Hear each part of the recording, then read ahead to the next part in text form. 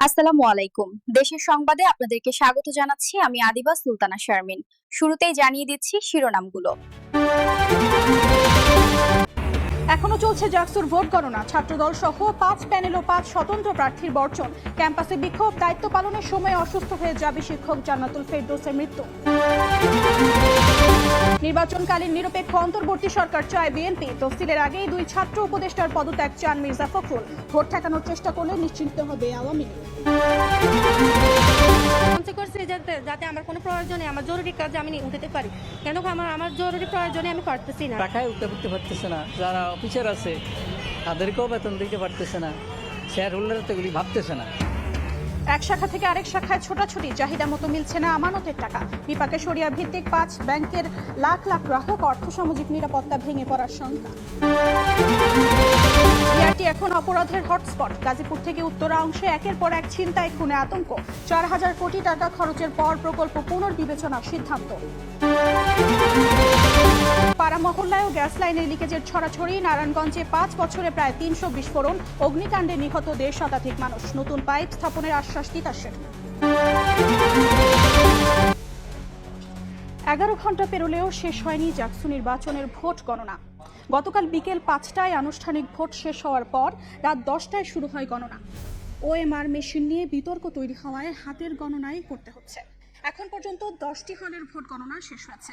নির্বাচন কমিশন সদস্য ডক্টর লুৎফুল এলাহি জানিয়েছেন, নির্বাচনী কার্যক্রম শেষ করতে বিকেল গড়াবে। তবে দ্রুত ভোট গণনা শেষ করতে অভিজ্ঞ লোকবল আনার চিন্তা করছে কমিশন। এদিকে জাকসু নির্বাচনে দায়িত্ব পালনের সময় পোলিং অফিসার জান্নাতুল ফেরদৌস অসুস্থ হয়ে মারা গেছেন।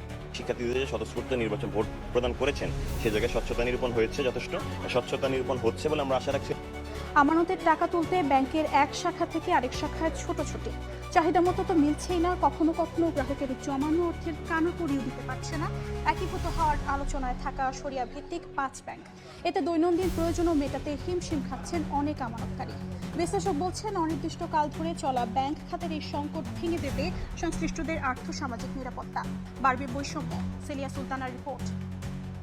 এই পদে আমার প্রমাণ করছে যাতে আমার কোনো প্রয়োজনে আমার জরুরি কাজে আমি উঠতে পারি, কেন আমার জরুরি প্রয়োজনে নিজের জমানো সঞ্চয় নিতান্ত কম।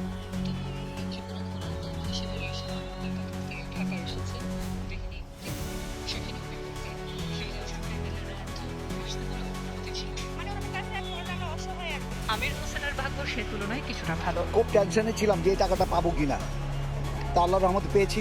শরিয়া ভিত্তিক দুর্বল 5 ব্যাংকের ভাগ্যের সাথে জড়িয়ে আছে লাখ লাখ আমানতকারী। কেউ জমিয়েছেন হজের টাকা, কোনো বাবা হয়তো জমিয়েছিলেন ছেলে মেয়ের বিদেশে পড়াশোনার জন্য। একসময় ব্যাংকের ভাগ্য হয়তো ফিরবে, তবে হজ পালনের ভাগ্য বা পড়াশোনার এই সুযোগ, অথবা এই সপ্তাহের ঔষধের খরচ বা হাটে ঋণ করানোর সময়টা কতটা পেছানো সম্ভব। তবু খিলগাঁওয়ের তালতলার একটি ব্রাঞ্চে 1000 টাকা তুলতে আলী সাহেব প্রতি সপ্তাহে আসেন। কিন্তু টাকায় উঠতে পারতেছে না, যারা অফিসার আছে তাদেরকেও বেতন দিতে পারতেছে না, শেয়ার হোল্ডার তো এগুলি ভাবতেছে না। আর্থসামাজিক বিশ্লেষকদের মতে, ব্যাংকগুলোর এই দুরবস্থার ফলে আমানতকারীদের আর্থিক ক্ষতি শুধু তাদের ব্যক্তিগত বিষয় নয়, বরং দীর্ঘমেয়াদের সংকট তৈরি করবে সামাজিক নিরাপত্তা ও সৃষ্টি করবে বৈষম্য। সোসাইটি অ্যাজ এ হোল যে ডিমান্ড, সেটা কিন্তু ধস নেমেছে। সেইগুলোর সাথে পোভার্টির সম্পর্ক রয়েছে, সেইগুলোর সাথে ম্যাটেরিয়াল ডিপ্রাইভেশন যত ধরনের বলেন, অনেক ধরনের খরচ কিন্তু এর সাথে সম্পৃক্ত। আর্থিক খাতের সাথে সংশ্লিষ্ট আইন বিশ্লেষকরা বলছেন, বৃহৎ অর্থনীতিতে আমানতকারীদের স্বার্থ ছোট করে দেখার সুযোগ নেই। কেউ নিজের নামে করে না, কারো শ্বশুর ধনী হয়ে যায়, কারো বাবা মা ধনী হয়ে যায়, অথবা তার স্ত্রী ধনী হয়ে যায়। টাকা যেখানে যেখানে গিয়েছে সেই টাকা খুঁজে বের করে তারপর তাকে আইনের আওতায় আনতে হবে। এখানে সে অ্যাবেটার। এছাড়া আর্থিক খাতের স্বার্থেই অন্তর্বর্তীকালীন সরকারের সময় বিষয়টি সুরাহা করা প্রয়োজন বলে মনে করেন আর্থসামাজিক বিশ্লেষকরা।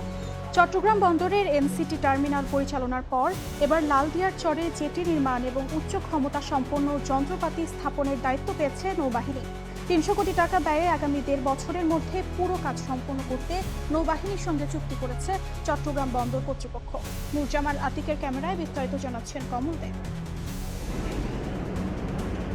অবাক করার মতো তথ্য হলো চট্টগ্রাম বন্দরের অধিকাংশ ইয়ার্ডে এখনো প্রতি বর্গফুট জায়গায় 3 মেট্রিক টনের বেশি পণ্য ওঠানামার সক্ষমতা নেই। সেই হিসাবে প্রতিটি ক্রেনের ওজন বহন সক্ষমতা মাত্র 1500 মেট্রিক টন। অথচ বিভিন্ন উন্নয়ন প্রকল্পের পাশাপাশি শিল্প কারখানার জন্য আমদানি করা যন্ত্রপাতির ওজন বন্দরের ধারণ ক্ষমতার কয়েক গুণ বেশি। বছরে 32 লাখ কন্টেনার এবং 13 কোটি মেট্রিক টন কার্গো পণ্য হ্যান্ডেলিং করলেও ছিল না উচ্চ বহন সক্ষমতা সম্পূর্ণ কোনো বিশ্বায়িত ক্রেন। কার্গো হ্যান্ডেল করার জন্য এক্সক্লুসিভ একটা যেটি অবশ্যই দরকার, যেটা না থাকার কারণে আমরা এই ধরনের ট্রাভেলগুলোর মধ্যে পড়ি। আমাদেরকে বার্থ হায়ার করতে হচ্ছে অথবা জাহাজটাকে শিফট করে ড্রাই ডক যেটি নিয়ে যেতে হচ্ছে। এতে সময় যেমন ব্যয় হয়, একইভাবে প্রচুর অপারেশনাল কস্ট বেড়ে যায়। প্রতি বর্গফুটে 3 মেট্রিক টন সক্ষমতার একমাত্র ক্রেনটির অবস্থান এনসিটির 5 নম্বর বাড়তে হয়। সেটি দিয়ে কন্টেনার ছাড়া অন্য কোনো পণ্য নামানো যায় না। আবার এ ধরনের পণ্য খালাস হয় জিসিবি বাড়তে। এসব যন্ত্রপাতি জাহাজ থেকে নামাতে গিয়ে সবচেয়ে বেশি ভোগান্তিতে পড়তে হয় শিপিং এজেন্ট এবং আমদানিকারক প্রতিষ্ঠানকে। এই যে বারবার আনাগোনা করতে হয়, এখানে জাহাজকে প্রচুর খরচ বহন করতে হয়, যেটা জাহাজ মালিক এবং এজেন্টদের উপরে বিশাল একটা ব্যয়ভার একটা তাদেরকে বহন করতে হয়।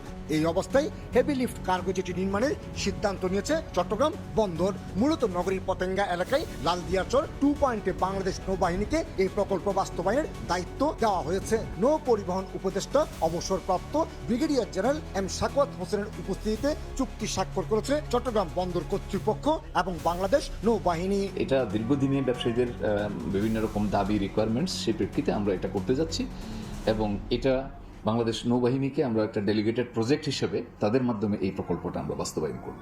লালদিয়াচরে 300 কোটি টাকার এই প্রকল্পের আওতায় 22 একর জায়গার উপর 240 মিটার দৈর্ঘ্যের একটি জেটি নির্মাণ করা হবে, যেখানে ভিড়তে পারবে অন্তত 10 মিটার গভীরতার জাহাজ। আর স্থাপন করা ক্রেনের বহন সক্ষমতা হবে প্রতি বর্গফুটে 5 মেট্রিক টন। সেই অনুযায়ী 2500 মেট্রিক টন ওজনের ভারী যন্ত্রপাতি অনায়াসে খালাস করা যাবে।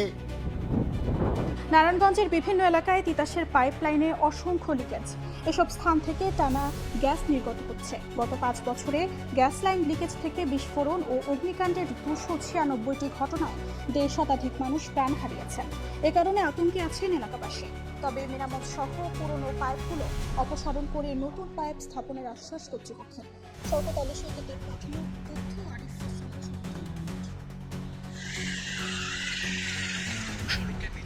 সঞ্চালন লাইন লিকেজ থেকে বের হচ্ছে গ্যাস। খানাখন্দে জমে থাকা পানিতে বুদবুদ দেখে স্পষ্ট বোঝা যাচ্ছে, পাশাপাশি বাতাসে ছড়াচ্ছে গ্যাসের তীব্র গন্ধ। নারায়ণগঞ্জ শহরের বিভিন্ন পাড়া মহল্লায় গত 1 দশক ধরে তিতাসের গ্যাস পাইপের লিকেজ থেকে এভাবে অনবরত গ্যাস বের হচ্ছে। বিশেষ করে জালকুনি থেকে পাগলা পর্যন্ত 4 কিলোমিটার দীর্ঘ সড়কে লিকেজের সংখ্যা সবচেয়ে বেশি। এলাকাবাসী বলছেন, এসব লিকেজ থেকে একাধিক বিস্ফোরণ ঘটলেও মেরামতের কোনো উদ্যোগ নেওয়া হয়নি। এতে আতঙ্কিত স্থানীয়রা। পুরো রাস্তায় ভরপুর ভাবে গ্যাস ওঠে। এবার তো আমাদের রিস্ক, ম্যাচ মেরা দিলে আপনার আগুন জ্বলে। বৃষ্টি হলে বুট করতে থাকে। বাচ্চা নিয়ে স্কুলে যাইতে আমাদের ভয় করে। বাচ্চারা দেখলো অনেক সময় লাভ দিয়ে ওঠে, বাবা এখানে কি। বিগত 10 বছর ধরে এই লিকেজের এই অবস্থাটা বুঝো নাই যাদের লাইন এটা তারা বলছে, তারা কয় এটা আমরা কিছু করার নাই। গ্যাসের বোমা মতন রাস্তাটা যে কোনো টাইমে বিস্ফোরণ হইতে পারে। দুর্ঘটনা ঘটে, সেখানে আসলে পরিবারের অনেকেরই অনেক ক্ষয়ক্ষতি হবে, অনেক মানুষেরই জানমালের ক্ষতি হয়। দুর্ঘটনার জন্য যারা কর্তৃপক্ষ, আমি মনে করি তারাই দেয়। গত 5 বছরে গ্যাস লাইন লিকেজ থেকে বিস্ফোরণ ও অগ্নিকাণ্ডের 296টি ঘটনায় জেলায় 1.5 শতাধিক মানুষ প্রাণ হারিয়েছেন। দুর্ঘটনা রোধে ব্যবস্থা নিতে তিতাসের প্রতি আহ্বান জানিয়েছে ফায়ার সার্ভিস।